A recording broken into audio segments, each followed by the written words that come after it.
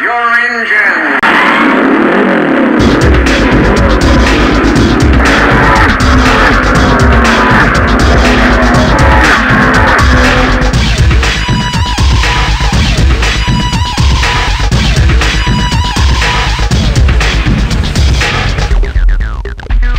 Welcome back to episode 6 of the NAPA Speedway podcast, brought to you by McCurtain Sports and Entertainment. Visit the NAPA Speedway online at napaspeedway.com. Get your tickets as well. And I'm excited to be here. I'm your host, Andres T, and we're at episode 6. And NAPA Speedway, the race season at the Speedway is gone. It's started. It's going. It's a great time out there. And I have a special guest in studio who's also a driver. He's a legend driver on the asphalt, and it's Dustin Tilbury. How you doing, man? I'm doing good. How about you? I'm doing good. Did anybody ask you, do you look like Jake Gyllenhaal? Not really. He kind of looks like Jake Gyllenhaal, right? All right, cool, man. Glad to have you on the show. And also joining us in studio is Corey Tilbury, who is Dustin's father. How you doing, Mr. Tilbury? Doing good. And also the lady, the coordinator of NAPA Speedway, Brenda Gant. How you doing? Real good, Andreas. How are you? I'm good. It's always good to have you on. Thank you. I gotta say. Now let's get things started here. And Brenda, you know, the NAPA Speedway, the race season's underway. It's a great time at the Speedway since NAPA's taken over. You know, talk a little bit about the latest. What's going on? Races upcoming. I know we had a cancellation with the dirt back in May, and you know, what's been going on? Yeah, we did. The wind last Saturday, April 26th, the wind was blowing horribly bad. The track we couldn't prepare it. It was on the dirt side. We couldn't get it prepared, so we had to cancel that evening's races.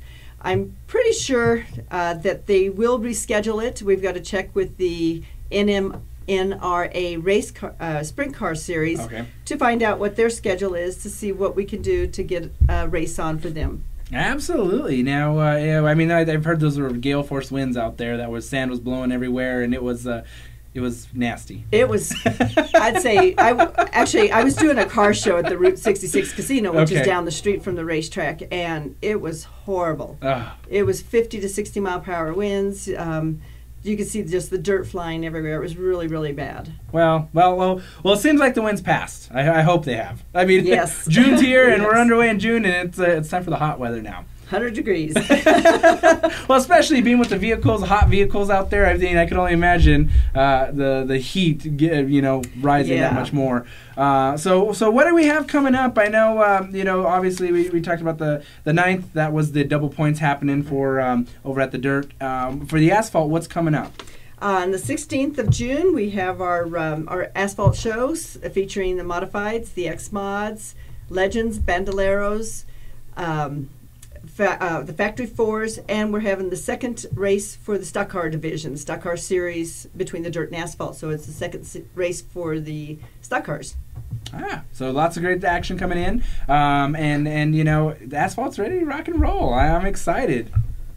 Oh, wait, you did have something else? Yeah, you got to point something else out. They keep pointing out to me, and I keep forgetting about this, and I apologize.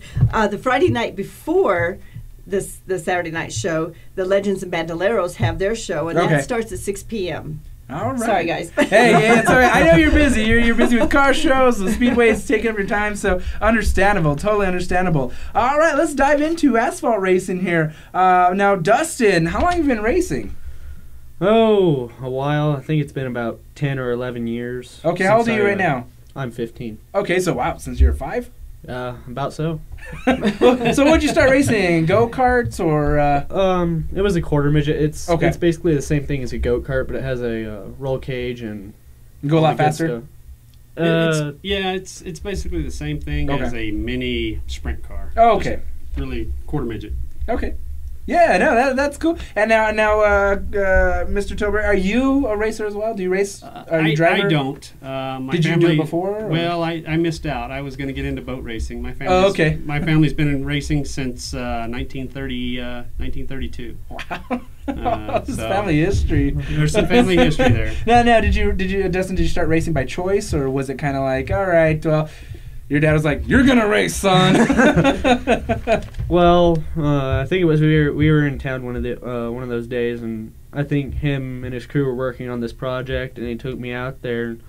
It was something to do with the racetrack, and he had asked me if I was interested, and I basically said yeah, and then think it was a couple months later we went up to Colorado to pick up my first car. So. Wow. Now being I guess your family racing, your history. I mean, talk a little bit about your family in regards. Have they always been? Are you from New Mexico, or are you guys from elsewhere? From Fort Worth. Fort Worth, Texas. Yes, okay, that's where we all kind of originated from. So is all your family out here in New Mexico now, or the majority of the family is? It's a little bit everywhere. I should have guessed Texas. You have hook 'em horns on your shirt. Right. You know, so you got that orange going on. So one thing also is Dustin's sister Trisha. She also races in the Legend division along with Dustin. So you compete against your sister. Yeah. Wow, you said that kind of. So I mean, tell me, are you guys competitive? Let's just say we have our arguments now and then. Okay. But, well, I mean, you know what? That's good competition. I mean, okay, let me ask you this. You guys go at it, you guys, before the race, are like, I'm going to beat you. But then after the race, you guys kind of like, all right, we're family. Or you guys still got that grudge against each other? Your dad's shaking his head, yes. It depends on who wins and who loses. Okay, so who's the sore loser? I'm not saying any names. She is. You'll keep quiet. You want no comment, but Dad will say, "All right, here's the truth." Now, I mean, no, he's gonna get hit 2 weeks later after she hears this. Uh-oh. Dun, dun, dun. Well, Trisha, I wanted Trisha to be in this interview with Dustin today, but she's at an FAA. FFA. Future Farmers of America. They're helping with the mud bog out in Moriarty. Oh, that's right. Yeah, that's happening yes. today. And they're out there parking the cars, helping in the concession stands, and that's part of the thing that the FFA does out there with local community. Wow. Now, I mean, you guys have some fuel run through your blood.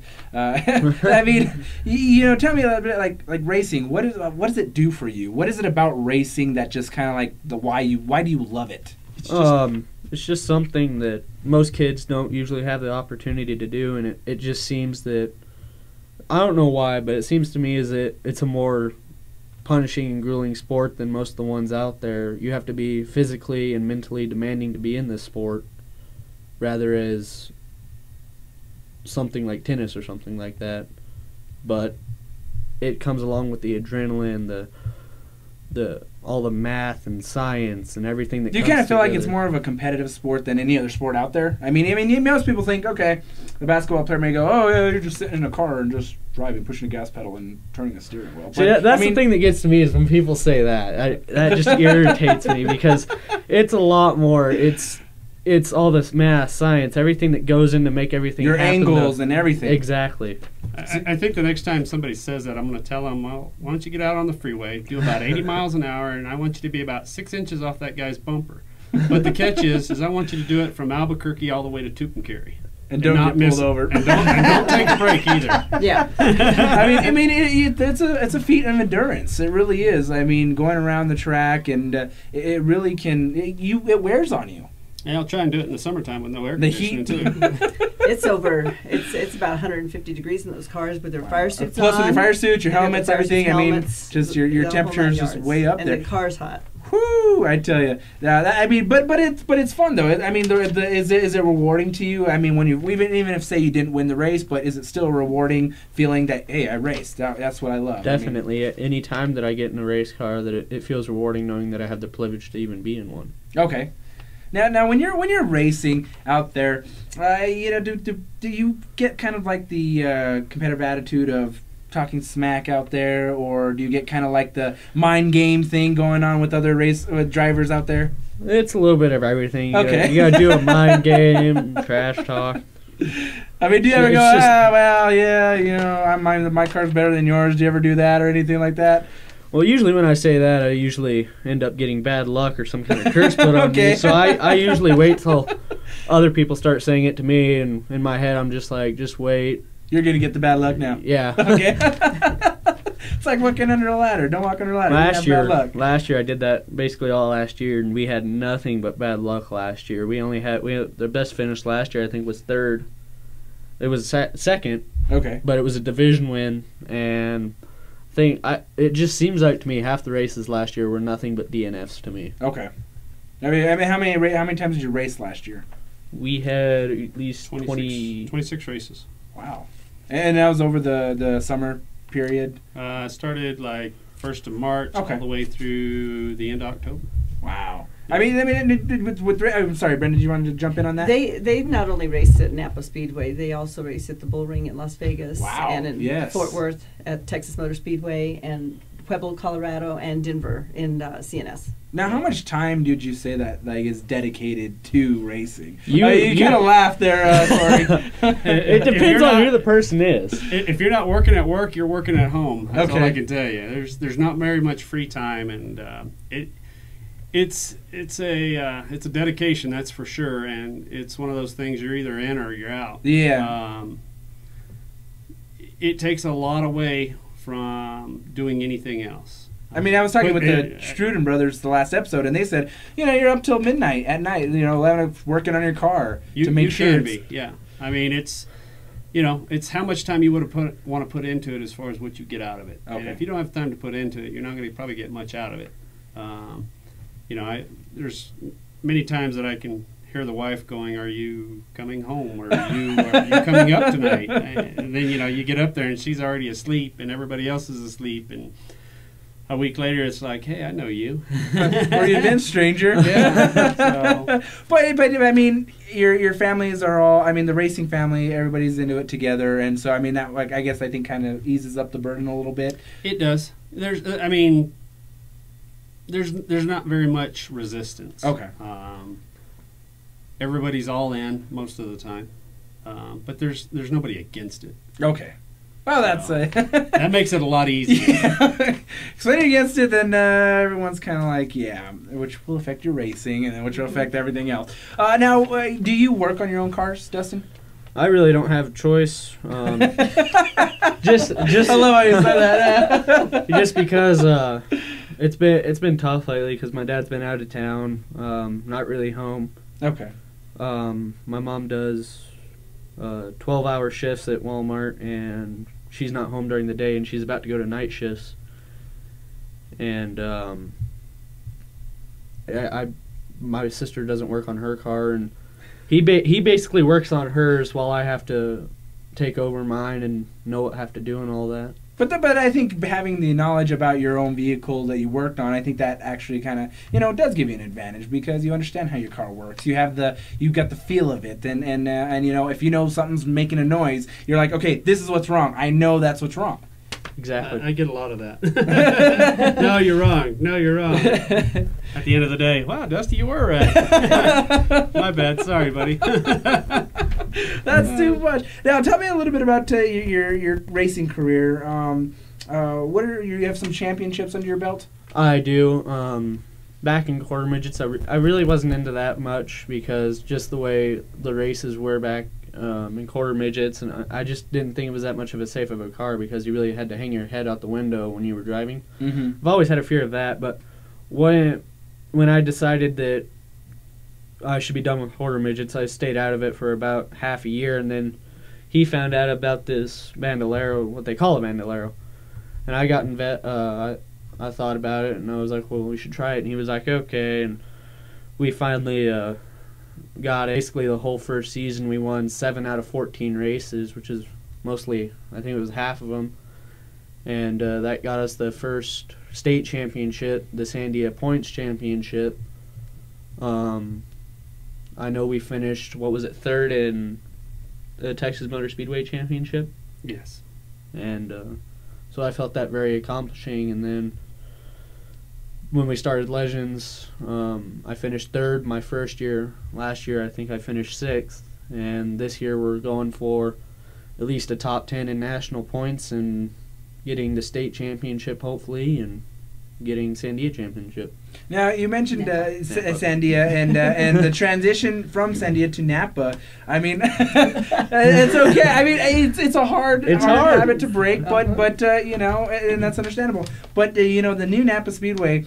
Your thoughts? I mean, NAPA. Everyone knows NAPA. NAPA know-how. Everyone knows about Waltrip's commercial. Everyone knows about it. I mean, I'm just waiting to see Jim in the NAPA know-how commercial. I know, right? That's all I want to see. Now that would be awesome and entertaining at the same time. Now tell me, what are your thoughts on? The transition to NAPA. I mean, do you feel that that's something that's going to be great for New Mexico and racing here in New Mexico for the future. I hopefully wish it, like, I want it to be. I hope it does, because this is the last asphalt track New Mexico has, and the way with the economy and all that, it's so hard to go out of town, and just the way that this place is being ran now is pretty wonderful compared to the way it used to be, and that's the way I like it. Well, I mean, you had nice up north, you had the San Felipe Raceway, Hollywood. They went out, and I mean, yeah, and racing's so huge here in New Mexico. I think it's just huge that we have somebody like Jim Guthrie that'll step up to the plate and take on this size of a project, and you know, not only do it for 1 year, but sign a 5-year contract to do it for 5 years. And really excited, and hope, you know, everybody's hoping that everything turns out good. But you know, in the reality of it, the economy is terrible. Everything's terrible out there. You know, things are expensive, and so, I mean, you know, we just need the fans to come back, and when the fans start coming back, the whole thing will start building up. You know, NAPA's a big name. Sandia's been around for a long time. Everybody knows the track, and now with NAPA on board and it being NAPA Speedway, the place is looking real sharp. Everybody out there is really happy. I mean, you know, everything's just clicking right now. And you know, the big thing at the end of September, we got NASCAR coming, the first ever for the state. I mean, that's big. I think Jim's gonna have to go get some more grandstands. He's working on. I was just in a meeting with Jim like last week, and yeah, he's working on that. But you know, NASCAR coming. I mean, that's huge. There are a lot more race fans here than most people realize. We were racing a race out in Lake Havasu a couple months ago, and the K&N cars were there, which are the same cars that are coming here, NASCAR. And they put on a hell of a show. And, you know, we were out there with the legends, and I think people are going to be pretty surprised when they see them show up and put on a heck of a show. Now, you'll be racing out there, opening up for them. Yep. So, I mean, that's kind of a cool deal, because you'd be like, yeah, I was racing for it's like starting K&N. For Kenny Chesney almost. No, it is. I know it is. I mean, put that on your put that on your resume. I mean, that makes all the difference in your career. Now, you're racing. I mean, what is your goal? What's your futuristic goals? I mean, do you see yourself in the NASCAR circuit, or maybe the Indy circuit? What are you looking at? Well, the way that we stand right now, it's not a bad thing, but we with our chances and with all the other drivers out there, the chances of becoming into NASCAR are very slim. So hopefully my thoughts are to keep on doing what I'm doing and maybe get a spot on the team as maybe part of the pit crew or the guy that's in the shop or something like that, and at least try and make my life somewhat successful.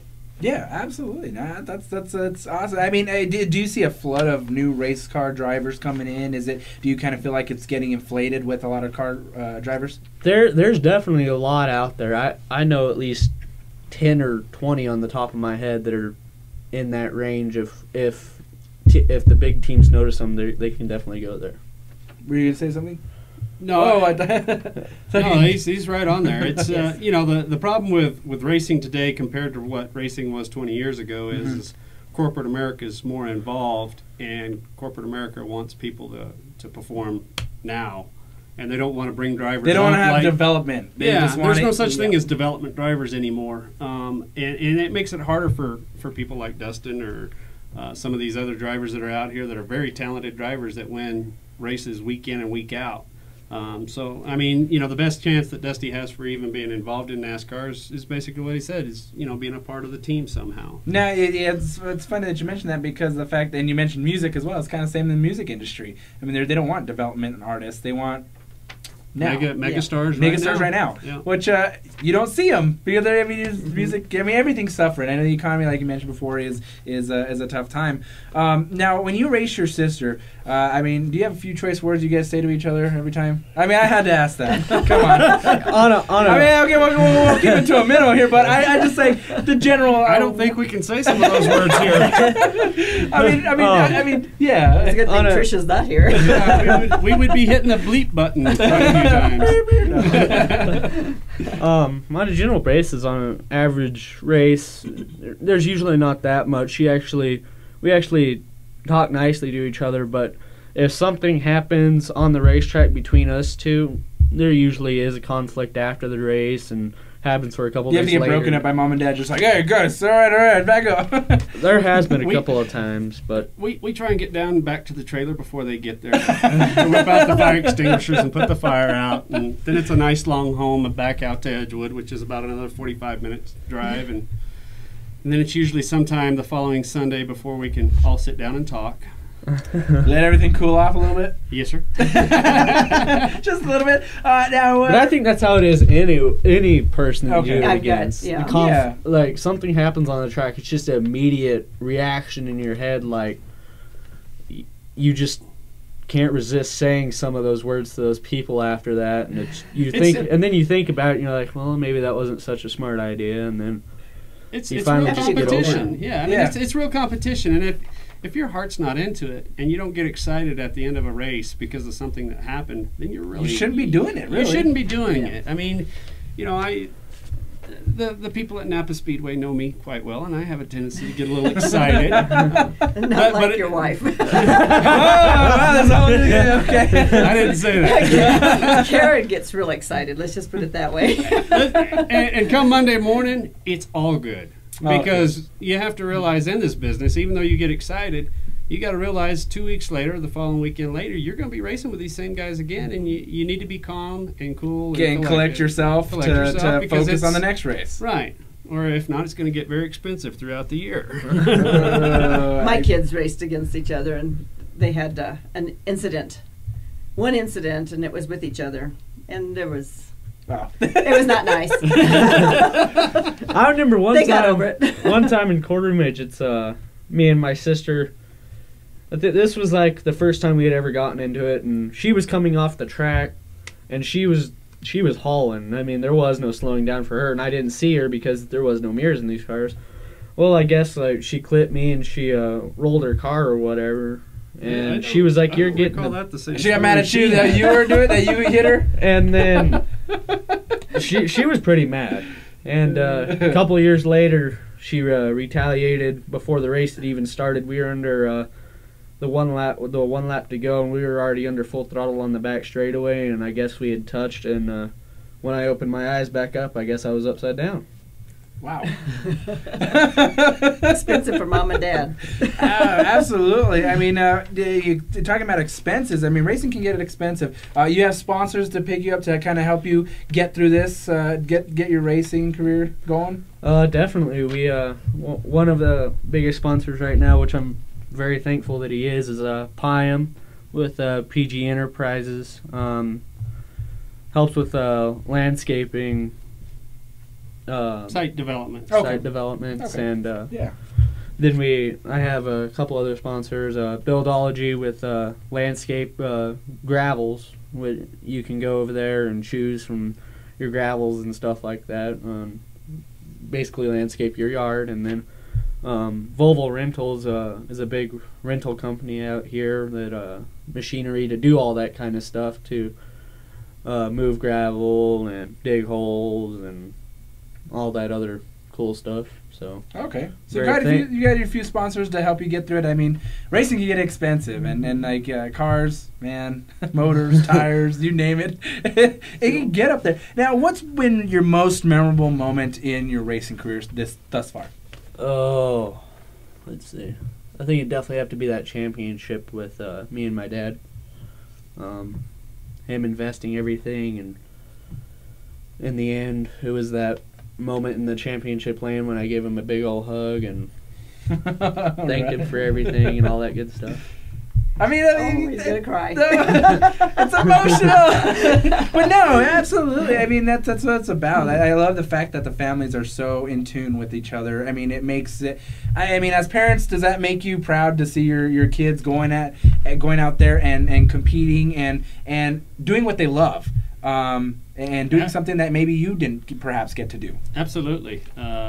It's the fun thing about it is we do get some wins here and there.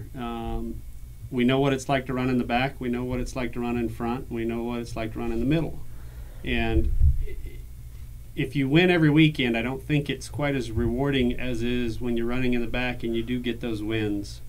And then when you do get those wins and you get on a streak and you start winning, and then you bring home a championship on top of that, you can't put the words or you can't put anything to it. It's just an emotional thing, accomplishment. And my daughter's done it, my son's done it. Trish in quarter midgets was an amazing driver, always running up front, winning heat races, winning mains, you kind of get used to that, and then you go to another level and you don't have that same kind of success. And after a couple of years, she's starting to come around, and she's a pretty hot driver now. And the same thing with Dustin. He had very little success in quarter midgets.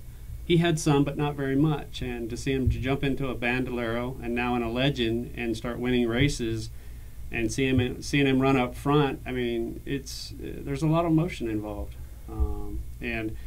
We spend a lot of money and a lot of time. And would I do it different if I had a choice? No, I probably would not do it different. This is their time. For a few more years, I've got them. I hope they stick around and for a few more years after that. But you never know where they're going to go, what they're going to do, and it's a lifetime of memories that you can make. And there's no amount of money that can give that to you. Absolutely. Now, you mentioned Legends real quick. I wanted to say, Legends are fast cars. I gotta say. I mean, you look at those things, you're like, okay, for the inexperienced racer eye, you go out there and you're like, okay, those are just like old cars. How fast could they go? Man, those things zoom around the racetrack. getting in one of those things. I mean, what are your feelings? I mean, the adrenaline rush. Talk about that. It's kind of weird because you get in that focus and it's like do this, do that, look here, look there, a process and all that, and it just seems like the faster you get by lap times, it seems like the slower you really are in the car. Like everything happens so slow. I know that one wreck that I was last involved in last year, I at least thought about 10 different things while I was involved in that wreck, and it happened under like 5 seconds. Wow. I mean, it's just so much slower. Time slows down, really. It does. But they definitely get up to speed and all that good stuff, and that's what I like about it. Now, lap times. Talk to some about the lap times and how important they are, and what currently lap times that you're seeing out there. The fast cars, and we were there at the end of last year. We missed the boat. We were trying some different setups this year, so we're off the beaten path a little bit. But last weekend 2 weeks ago, we got back on track. Lap times at Sandia or NAPA Speedway are down about 22.4 on the Legends, and the modifieds are running what do you say, about a 20 like a 2030s. Yeah, 2030s. I've got a quick statement. I have seen it on paper. My friend Justin Irwin, he has run a 22.1 in a Legend at the half mile before, and that's like only a second and a half slower than the modified. Wow. So they're cooking. That's close to running 100 miles an hour down the straightaways. Yeah. Then you have to turn and go the other way. Yeah. Now, for several laps. You see these lap times start getting lower and lower and lower. Why is that? I mean, people are like getting more brave to they're just getting make that better. Time. Well, they're just getting better car setups. Everybody's working hard. That's racing. You just don't go out time there. Time and experience. But you just don't settle for, well, that's what we got. Well, racers don't settle for nothing, and that's why it's gotten so expensive, because we keep finding all these loopholes and finding tricks and lighter wheels. It's like we can go faster, and that's the name of the game. Less faster. I like that. The thing about this sport, it's the little stuff that counts that makes you faster. And I mean, do you get those racers out there that think, the race car drivers out there that are like, oh yeah, bigger things, I'm going to throw this in there, this is bigger, and this is going to make it better. I'm going to spend all this money on this, it's going to make it better. But really, like you're saying, the little things. It definitely is the little things, and we do have those people that think it is bigger things. And I know my friend Jason, he has a motor in his car right now, and it has about 80 races on it, and yet he's still winning over there in Vegas because it's all the small stuff that counts. I've got a brand new motor in there, and yet I still can't seem to get by both the Irwins. So it's not really sometimes a big thing. It really is the small things. That's what it's about. Now we're running out of time here, but what are your goals for this race season? Oh, like I said, top 10 in points nationally, and state championship, NAPA championship. I like that. And just hopefully make this the good last year in this car before we either back down on racing or move into a different car. That sounds fantastic. Now, are you social media? Are you on there? Got your own website, Facebook? Are you? If anybody wants to get more info on you, I do have a Facebook, regular name, just Dustin Tilbury. You can send me a friend request or whatever, I'll accept it. I don't have any Twitters or anything like that. I can't stay that much up with the social world with the way I live. That's kind of hard. I know my sister. She's got MySpace, Facebook, Twitter. Hook it. She does it all. She does it all, and I don't see how she can. It just wears me out. Yeah. Wow, you're probably one of the few youngins that'll say that out there. I don't want to tweet or Twitter and all that stuff. But okay. But if anybody wants more info, also they can just Google you, Dustin Tilbury. And that's one L on the last name. So we're out of time here. But Brenda, anything else you got like to throw in here? Oh, well, just be sure to come out and watch us race on the 15th and 16th. The Legends and Bandoleros on the 15th, that Friday night. Races start at 6. On the 16th, we'll be having the asphalt races. Pit gates open at 3. Grandstand gates open at 5. And races start at 6:30. Be there. Hey, be there or be square. Be there or be square. I say. And also, I do have a car show lined up on the 16th also, a Mopar car show at Haynes Park. So you can go out and see the really good-looking cars. We've got some beautiful cars in Albuquerque. See them, check on with me to get some tickets, and then go on out to the races. Brenda Gant, the queen of car shows. And also, on the 23rd of June this month, we're back at the dirt track. Cool. Lots of great racing, NAPA Speedway. Brenda and her car shows, lots of great things. We're out of time here, but I'd like to thank you, Brenda Gant, NAPA Speedway coordinator, for coming on the show, keeping us up to date with what's going on at the Speedway. Mr. Corey Tilbury, thank you, sir, for coming on as well. Thank you. And driver Dustin Tilbury, man, hey, thanks for coming on. Yeah, not a problem at all. Had a good time with y'all. So I like to do this kind of stuff more often. Yeah, definitely. So, thanks again, and I appreciate it. You were awesome and a wonderful guest. So, we're out of time here. Brenda, real quick. For more information on the races, go to napaspeedway.com. Absolutely. There you have it, napaspeedway.com. So thanks for tuning in to the 6th episode of the NAPA Speedway podcast here on the Mixed Media Network, brought to you by McKern Sports and Entertainment. Get your tickets, get more info, all at napaspeedway.com. I'm done here today. I'm your host, Andres T. Thanks for tuning in to the NAPA